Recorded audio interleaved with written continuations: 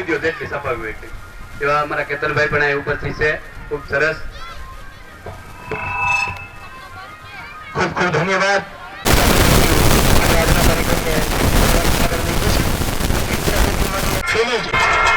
કોઈને પણ શત્રુ સમજવાની બુદ્ધિનો તો નાશ કરે છે, માટે હું તને નમન કરું છું. દીપ જ્યોતિ પરબ્રહ્મ, દીપ જ્યોતિ જનાર્દનમ, દીપ હરતુ પાપ, દીપ જ્યોતિ નમસ્તુતે.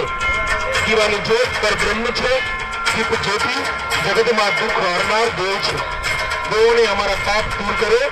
દીપ જ્યોતિ તમને અમારા નમસ્કાર છે, અમારા તમને વંદન છે. તો આજના આ અવસરને દીપ પ્રાગટ્ય વડે વિધિવત રૂપે મૂકવામાં આવે છે. ત્યારે એકવાર જોરદાર તાળીઓના નાદથી અભિવાદન.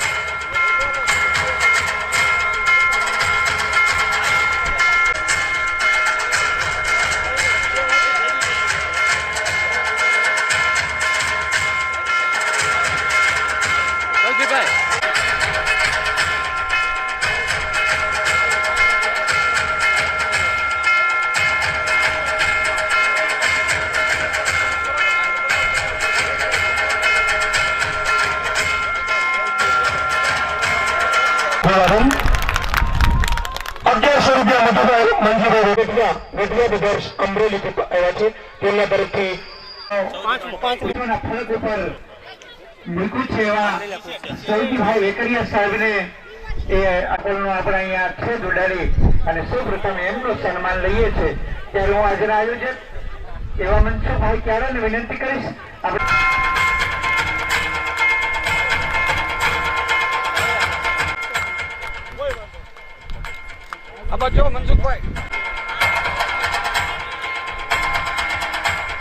સ્વાગત વિધિમાં જોડો છું.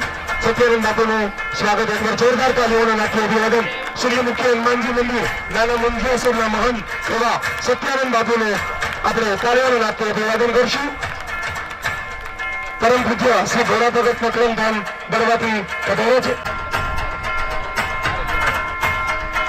સેવા અને તબીબી ક્ષેત્રે એવોર્ડ વિજેતા એવા પૂજ્ય શ્રી ડોક્ટર રતિ દાદા પ્લેન ઉડાડતા શીખશે. આવું ટેકનોક્રેટ પ્રકારનું શિક્ષણ જેવો ત્યાં આપી રહ્યા છે. અને એ પણ ભવ્યથી ભવ્ય સમૂહ લગ્નનું આયોજન કરતા હોય, ખેડૂતોની ચિંતા કરતા હોય એવા રતિ દાદાનું જયારે સન્માન થતું હોય ત્યારે આપ સૌને મારી અપીલ છે, જોરદાર તાળીઓના નાદ સાથે એમનું સ્વાગત અભિવાદન કરીએ.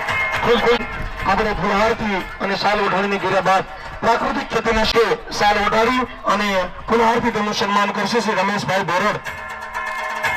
આપણી વચ્ચે રતિ દાદા મનસુખભાઈ અને ગાયત્રી મંત્રનો કેસ પહેરાવી તાળીઓના નાદથી અભિવાદન કરીશું.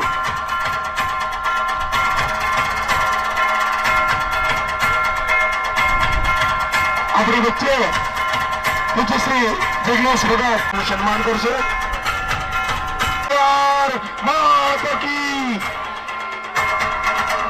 આપણી વચ્ચે જુનાગઢના જાણીતા એડવોકેટ જયદેવભાઈ સાહેબ પધાર્યા છે. એમનું હાર્દિક સ્વાગત અભિવાદન કરીએ છીએ અને સીધા જ એમને સ્ટેજ ઉપર આપણે આમંત્રિત કરીએ છીએ.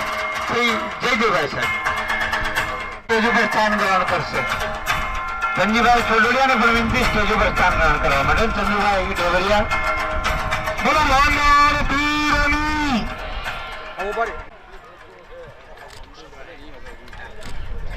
કે તેમનું સન્માન કરશે શિલ્ડ આપીને. આવો શ્રી દૂર કરીએ છીએ છતાં પણ અમારો અવાજ આપના સુધી પહોંચતો નથી અથવા તો અમારી વાત આપ ધ્યાને લેતા નથી. તો ફરી ફરી આપને અપીલ ત્યાર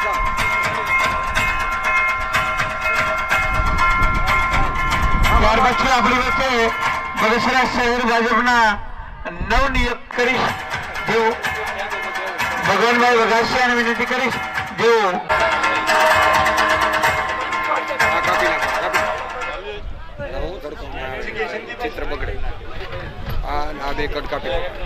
સમારોહના અતિથિ વિશેષ શ્રી જયંતિભાઈ રામાણી આપણી વચ્ચે ઉપસ્થિત છે. ત્યારે તેમનું સન્માન કરવા માટે મનસુખભાઈ જાડાને વિનંતી કરીશ કે અશ્વિનભાઈને સન્માન કરશે શિલ્ડ આપીને. એકવાર જોરદાર તાળીઓના નાદથી આપણે અશ્વિનભાઈને પણ વધારવાના છે.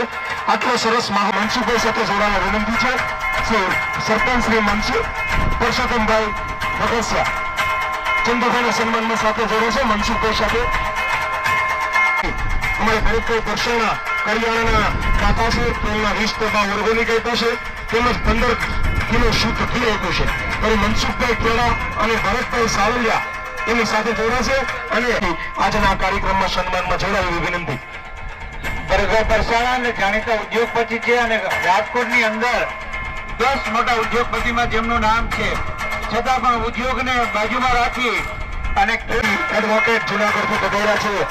ખાસ એવા મુખ્ય સમારોહના મુખ્ય મહેમાન તેમના ધર્મપત્ની પણ અહીંયા સાથે પધાર્યા છે. તો તેઓ પણ સ્ટેજ ઉપર પધારશે અને અમારે મનસુખભાઈ કેળાના ધર્મપત્ની શ્રી મુખ્યભાઈ અને ગીતાબેન સન્માનિત કરશે અને જોરદાર તાળીઓના નાદ સાથે આપણે જાણીતા એડવોકેટ જયદીપભાઈ સાહેબને આપણે સન્માનિત ખૂબ સરસ, ખૂબ સરસ કે મા બાપ વગરની દીકરીઓ અહીંયા લગ્ન માટે એકવાર જોરદાર તાળીઓનો નાખી આપણે મનસુખભાઈ સાંગાણીને બાલાપુરથી પધારે છે ત્યારે તેમને વધાવીએ.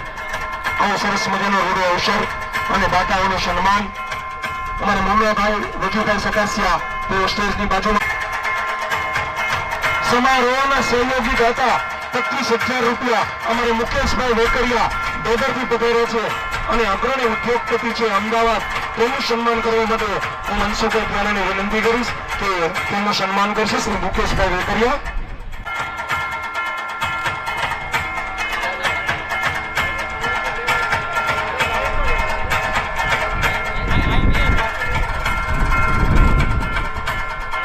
જેમણે નિર્માણ કર્યું અને મુખ્ય દાતા તરીકે જેમની ભૂમિકા રહી છે અને ખૂબ જ ભવ્ય સમારોહનું પણ જેમણે આયોજન કર્યું છે એવા મુકેશભાઈના પિતાશ્રીનું સન્માન થયેલું હોય ત્યારે આપ સૌ પણ એ સન્માનના દોરમાં જોડાઈએ અને તાળીઓના નાદને વરસાવતા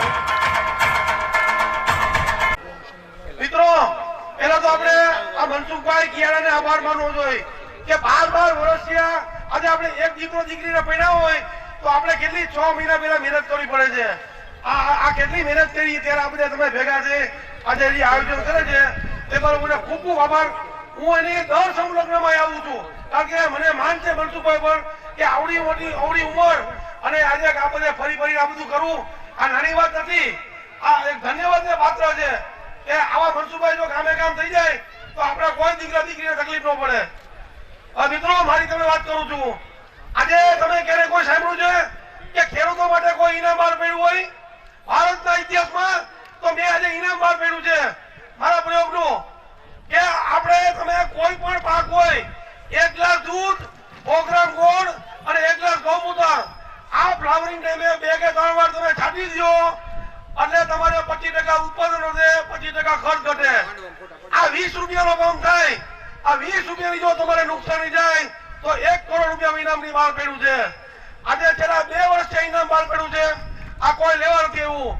આ અમારા ઘણા મિત્રો આ રીતની ખેતી કરે છે. આપણા પ્રવીણભાઈ આસોદરિયા જેમને છેલ્લા 2 વર્ષથી ઘઉંમાં પ્રયોગ કરે છે, પોક બનાવે છે. પોક તમને ખબર છે શું ભાવ વેચે છે? 400 રૂપિયા કિલો. એટલે ઘઉંનો ભાવ થયો 8,000 રૂપિયા મણ. આ બેટા કયો છે આજે આવે છે આ આપણા દૂધ ગોળના પ્રયોગો. અને તમારા ભાઈના ખાતર તરીકે તમે બીજું કાંઈ ન કરો, ખાલી તમે ગૌમૂત્ર, ગોબર ને પાણી એને પાઈ દો, તમારે ઉત્પાદન પૂરેપૂરું મળે. અને આ અમારો પ્રયોગ આજે વિશ્વ લેવલે ચાલી રહ્યો છે. અને હું છેલ્લા 20 વર્ષ ત્યાં 365 દિવસ 200 કિલોમીટર ખેડૂતોના ખેતરે આ બધો પ્રયોગ કરવા જાઉં છું. અને યુટ્યુબમાં મારા વિડીયો છે ભરત પરસાણા, તમે જોઈ શકો છો. આના માટે આપણા વડાપ્રધાન નરેન્દ્ર મોદી જયારે ગુજરાતના મુખ્યમંત્રી હતા ત્યારે મારું સાર ઉડાડીને બહુમાન કર્યું છે. હજી એક વાર સાંભળી લેજો, 1 ગ્લાસ દૂધ, 100 ગ્રામ ગોળ અને 1 ગ્લાસ ગૌમૂત્ર આ કોઈ પણ ભાગમાં ફ્લાવરિંગ ટાઈમે છાંટી દો અને તમારું 25% ઉત્પાદન વધી જાય. તો હું સૌને વિનંતી કરું છું કે આ પ્રયોગ કરો. એ મારી વિનંતી છે. આભાર.